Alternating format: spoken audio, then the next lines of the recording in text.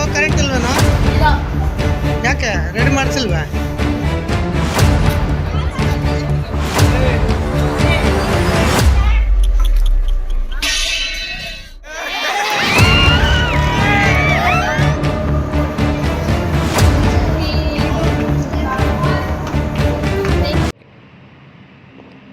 Hi hello ನಮಸ್ಕಾರ, public ನ್ಯೂಸ್ಗೆ ಸ್ವಾಗತ. ನಾನು ಅನಿಲ್ ಮಹಾದೇವ್.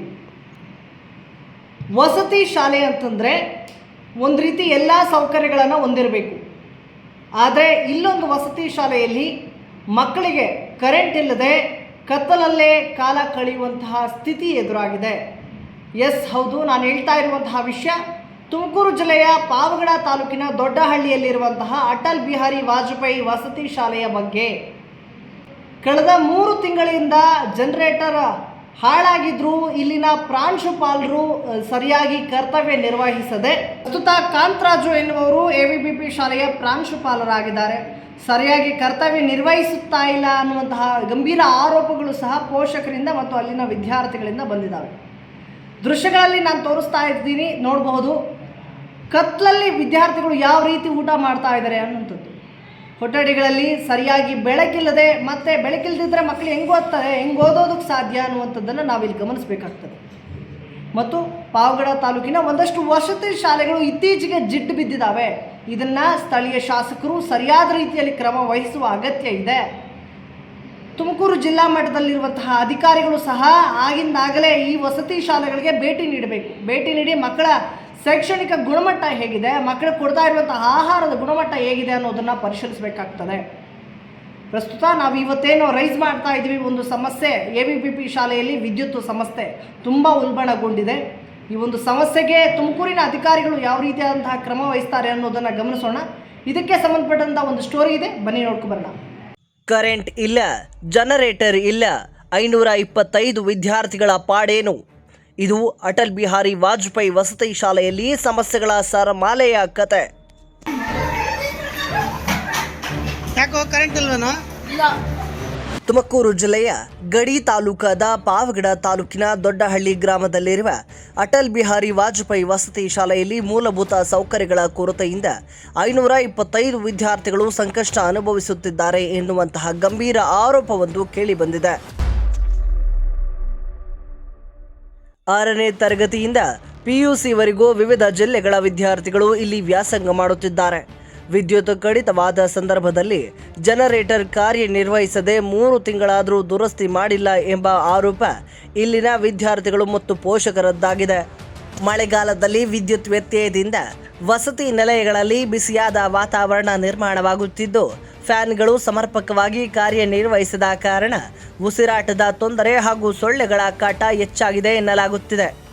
ಆಹಾರ ಗುಣಮಟ್ಟ, ಶೌಚಾಲಯಗಳ ದುಸ್ಥಿತಿ ಮತ್ತು ಭದ್ರತಾ ವ್ಯವಸ್ಥೆಯ ಕೊರತೆ ಕುರಿತಿಯೂ ಸಹ ಅಸಮಾಧಾನ ವ್ಯಕ್ತವಾಗಿದೆ. ಹಗಲು ವೇಳೆ ಕಾವಲುಗಾರರು ಇಲ್ಲದಿರುವುದು ವಿದ್ಯಾರ್ಥಿಗಳ ಸುರಕ್ಷತೆಗೆ ಸಂಬಂಧಿಸಿದ ಗಂಭೀರ ಪ್ರಶ್ನೆ ಉದ್ಭವಿಸಿದೆ. ಶಾಲೆಯಲ್ಲಿ ಕಾಯಂ ಪ್ರಾಂಶುಪಾಲರನ್ನ ಬೇರೆಡೆ ತಾತ್ಕಾಲಿಕ ನಿಯೋಜನೆ ಮಾಡಿರುವುದರಿಂದ ಅವರನ್ನು ತಾತ್ಕಾಲಿಕ ನಿಯೋಜನೆಯನ್ನು ರದ್ದುಪಡಿಸಿ ಮರಳಿ ಇದೇ ಶಾಲೆಗೆ ನೇಮಿಸುವಂತೆ ವಿದ್ಯಾರ್ಥಿಗಳು ಮತ್ತು ಪೋಷಕರು ಒತ್ತಾಯಿಸಿದ್ದಾರೆ. ಸಮಸ್ಯೆಗಳ ಪರಿಹಾರಕ್ಕೆ ಸಂಬಂಧಪಟ್ಟಂತೆ ಮೇಲಾಧಿಕಾರಿಗಳು ಯಾವ ಕ್ರಮ ಕೈಗೊಳ್ತಾರೆ, ವಿದ್ಯಾರ್ಥಿಗಳ ಈ ಒಂದು ಕತ್ತಲಿನ ಸಮಸ್ಯೆಗೆ ಪರಿಹಾರ ಒದಗಿಸ್ತಾರಾ ಅಥವಾ ವಿದ್ಯಾರ್ಥಿಗಳನ್ನ ಈ ಕತ್ತಲಲ್ಲಿಯೇ ನೀವು ಇದ್ಬಿಡಿ ಅಂತ ಸುಮ್ಮನಾಗ್ತಾರಾ ಅನ್ನೋದನ್ನ ಕಾದು ನೋಡಬೇಕಾಗಿದೆ. ಯಾಕಂತ ಕೇಳಿಲ್ವಾ? ಕೇಳಿದ್ರೆ ಹಾಂ, ಏನಂತಾರೆ? ಗೊತ್ತಿಲ್ಲ ಅಂತ ಕೇಳಕ್ಕೆ.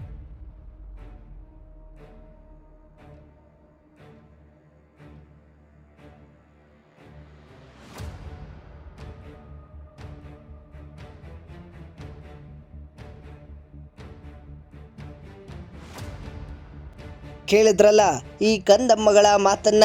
ಜನರೇಟರ್ ಇಲ್ಲ ಅಂತ ಕೇಳೋಕೆ ಸಾಧ್ಯವಾಗದ ಪರಿಸ್ಥಿತಿಯನ್ನು ಇಲ್ಲಿನ ಪ್ರಾಂಶುಪಾಲರು ಮತ್ತು ಇಲ್ಲಿನ ಅಧಿಕಾರಿಗಳು ಅಂದರೆ ಯಾವ ರೀತಿಯಾಗಿ ನಿರ್ಮಾಣ ಮಾಡಿದ್ದಾರೆ, ಮಕ್ಕಳನ್ನು ಪ್ರಶ್ನಿಸದಂತೆ ಯಾವ ರೀತಿ ಸಿದ್ಧಪಡಿಸಿದ್ದಾರೆ ಅನ್ನೋದನ್ನು ನೋಡಬಹುದು.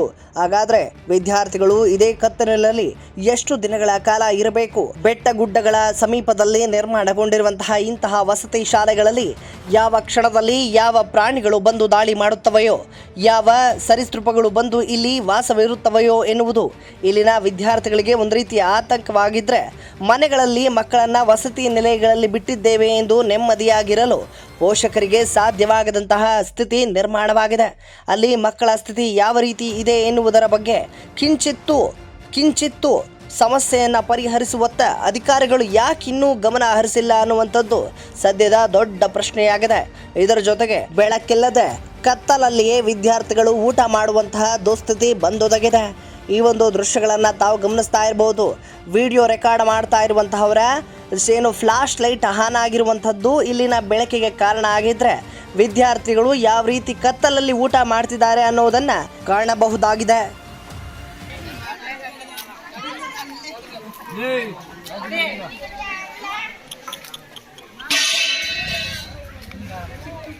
ಯಾಕಲ್ಲ ಕರೆಂಟ್ ಇಲ್ವೇನೋ?